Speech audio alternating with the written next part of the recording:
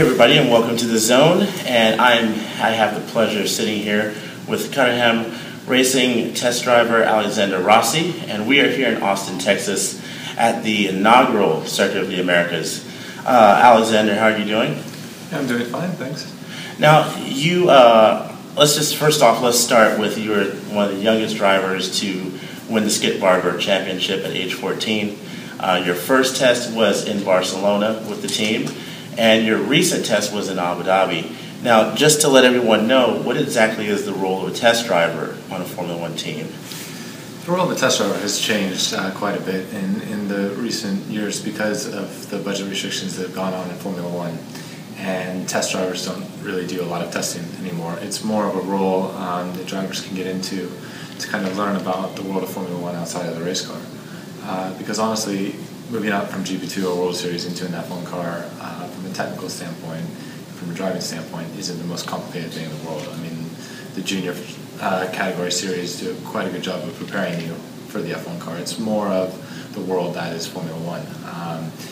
From kind of the junior levels, you're used to working with about 6 to 8 people on a race weekend, whereas with an F1 team, it's about 80 people. So kind of learning to be able to work with that dynamic and deal with the paddock and the media and all the attention that kind of comes with Formula One is probably the biggest adjustment the drivers need to make. So the test driver role kind of gives you a bit of a chance to experience that, so when you do get into a race seat, it doesn't catch you off guard. And beyond that, opportunities do come up for free practice sessions, like the one I had in Barcelona towards the beginning of this year, the young driver test in Abu Dhabi last week. So there's a bit of driving that goes along with it, but the primary purpose is not to drive the race car.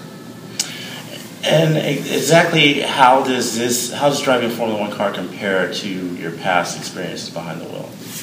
To be honest, coming from a World Series car, it's not anything too drastic. I mean, I would say that the biggest difference is kind of just working with all of the functionalities of the car. There's a lot that you have to do during the lap, whereas in a car just below Formula One, it's a lot less technically advanced. So the driver input is more solely about driving, and there's not a lot of adaptations that you have to do during the lap. Whereas in F1, there's probably 4 or 5 different changes that you're making per lap to the car to maximize the performance. And this information is constantly being relayed to you. So you have to have the ability to obviously drive the car at a high level, but also be able to compartmentalize everything that's coming at you and be able to make correct decisions in terms of where you're going with the direction of the setup of the race car. Interesting. Now, I want to know, as advanced as a Formula One car is, and we all know that it is one of the most advanced cars in motorsports, how much homework do you have to do to study and understand everything that works in that car, and understanding the data, everything from shift points to timing, throttle response, everything? Well, to be honest, a lot of it is solely driving. I mean, it is at the end of the day, it's a car, 4 wheels, engine. I mean, it's quick, yes, but at the end of the day, it's what you've been preparing for your entire career. So the basic principles and standards that you have driving apply all the same. In terms of the electronics of the car and the steering wheel, for example, it's probably a 10 to 12 page booklet that they give you about the full information of what you can actually do to the car when you're in a moving state. Most cars you have to stop to make a change, whereas an F1 car you can change everything from the differential to engine mapping to throttle maps to KERS, which is the hybrid technology, to the way it distributes power and recovers power.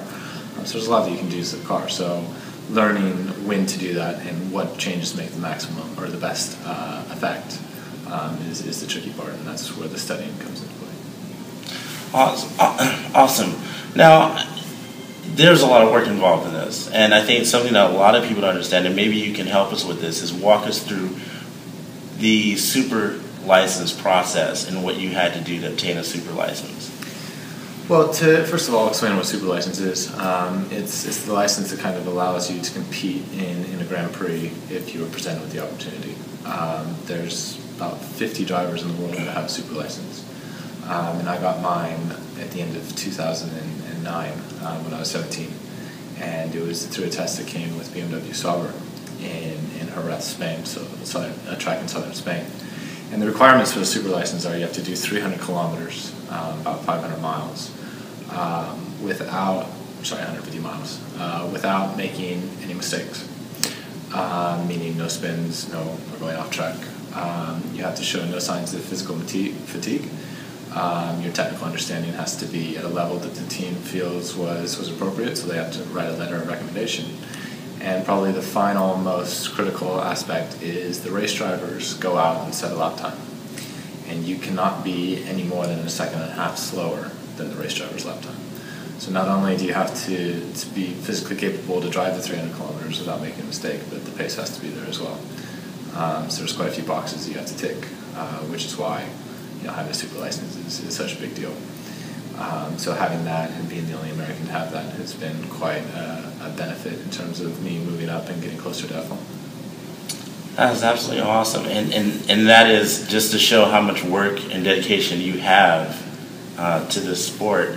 And that leads to the next question of who got you into racing. How did this all start for you? It came through my father, but believe it or not, he actually didn't drive himself. Ever since I was quite young, we would watch the champ car races at Laguna Seca in Monterey, California. And I lived quite close to there, so we would go to the races every year, and it was something that I grew up doing with my father. And then when I was 10, he got me a karting school, a 3-day karting school in Las Vegas for my birthday. And it was at that point where I fell in love with motorsports and decided that I wanted to try and make a career. Nice. And who have been some of your racing inspirations growing up?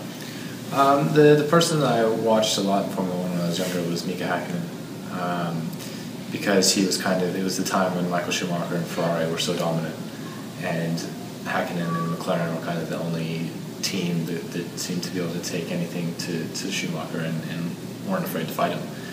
So I quite looked up to that, and everyone kind of always goes for the underdog. And then as I started to progress through my career and such, Sebastian became quite a big inspiration because he came through Formula BMW like I did, and was a part of the BMW program like I was, and did World Series by Renault, which I've done. So I mean, he kind of followed a similar progression to me, and obviously his success has been massive. So he's probably someone that I quite look up to these days. Awesome. And you've now had an opportunity to travel with the team. What have been some of your favorite stops along the way, seeing different parts of the world and whatnot? What have been some of your favorite stops? Singapore is amazing. Probably solely for the fact that it's a night race, a night street race. The atmosphere and the environment there is truly amazing, and to see the cars under the artificial lighting, they're beautiful. And to watch them the drivers on the city street, I mean, it's always quite impressive. Monaco is always up there, and believe it or not, I mean, Austin, to be an American and to witness Formula One coming back to the States, and to be here for the past 24 hours only, but to kind of see the energy and to see people's response to it has been really amazing. And the track itself, I got a chance to drive it back in August, and I cannot wait to drive it. I mean, it quickly became one of the top tracks in my mind. I think they did a fantastic job designing it, and I'm proud to show this as a representation of American getting back into Formula One. And we're very hopeful that it will be. And what is it about this track what are some of the special key points that you have found that you fell in love with about this track? Well, I think what they were able to do is take how they took different elements from some of the best circuits in the world and put it all in one track. There's been a bit of an issue lately with some of the new tracks that have been designed of being quite boring. And as a driver and as a fan, everyone kind of agrees with that. So the fact of the matter is Austin and the designers in Coda wanted to do something to change that trend. And so I think that they did that. Obviously, Turn 1's quite spectacular, but it goes beyond that. And the fact that the stadium section is similar to Hockenheim, and you have Turn 12, I believe, which is similar to Turn 9 of Istanbul. So I mean, they put some of the coolest corners and some of the drivers' favorite corners into one track, and that's quite special. Well, I think it's definitely a representative of Texas, everything being big in Texas. Yeah. This is a big track, so I think they've done an excellent job on that as well. Now, in your in the spare time, or what spare time you do have in the off season, what are some of your favorite activities to do? I grew up in Lake Tahoe, California, so skiing has always been a big part of my life. So whenever I come home back to the States for Christmas and winter and stuff, pretty much every day. Skiing, and beyond that, during the year, the off season, or the time off during the season, is spent very much training. And because you are traveling so much, it's difficult to keep the fitness levels where they need to be for the race car. So any time you have back at my house in Europe, I mean, it's been at the gym and working with the trainers there and the mental people there to make sure that every time you get into the race car, you're completely prepared. How many hours a day would you say you train? It varies, but I'd say on average 4 hours a day, every day except Sunday. So. Hard work, very hard work. And do you have any favorite music? Most drivers develop sort of a pre-race ritual. Have you started developing sort of your own personal little pre-race ritual before you get into the car?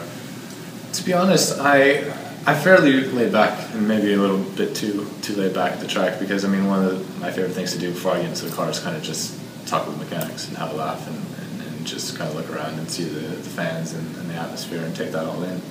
And I try and just enjoy the moment and enjoy and realize that this has been a culmination of my entire life and that we're getting close to the top.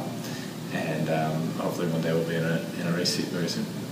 Very soon. And do you feel you're finding yourself like a sponge at this moment, at this point in time, just sort of watching everything? Yeah, I mean, every time I go to a Grand Prix, I'm in awe. I mean, this is probably my 12th or 13th Grand Prix that I've been to, but I mean, every time there's something new and there's something different that comes. And Formula One is such a big sport and it's such a big world, and there's so much that goes into it. The amount of people that you meet and the amount of stuff that you pick up from country to country and track to track is truly amazing. And every little thing that I can get will just help me in the future when I do get into the race car. Very nice. And now we had a chance to see the website. We can all go to your website. Who do we have to credit the website? Because the logo you have is actually a really nice logo. What inspired you in that logo? To be honest, that came from one of my main investors in New York. His name is Alexander Rossi, and he actually owns one of the largest design firms for skyscraper architect firms in Manhattan. So he's kind of a managing member of my career, and he also was in charge of the logos and such. And he did a clever job, and it's very nice to get recognition for that. Awesome. Now, real quick, what do we have to look forward to for 2013 coming up?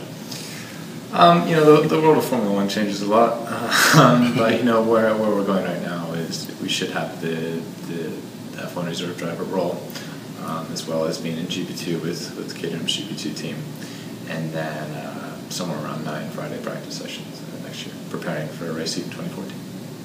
Very nice. Well, we look forward to seeing you in the race seat permanently very, very soon.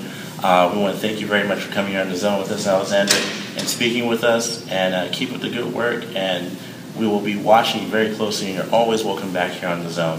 Thank you. It's been a pleasure.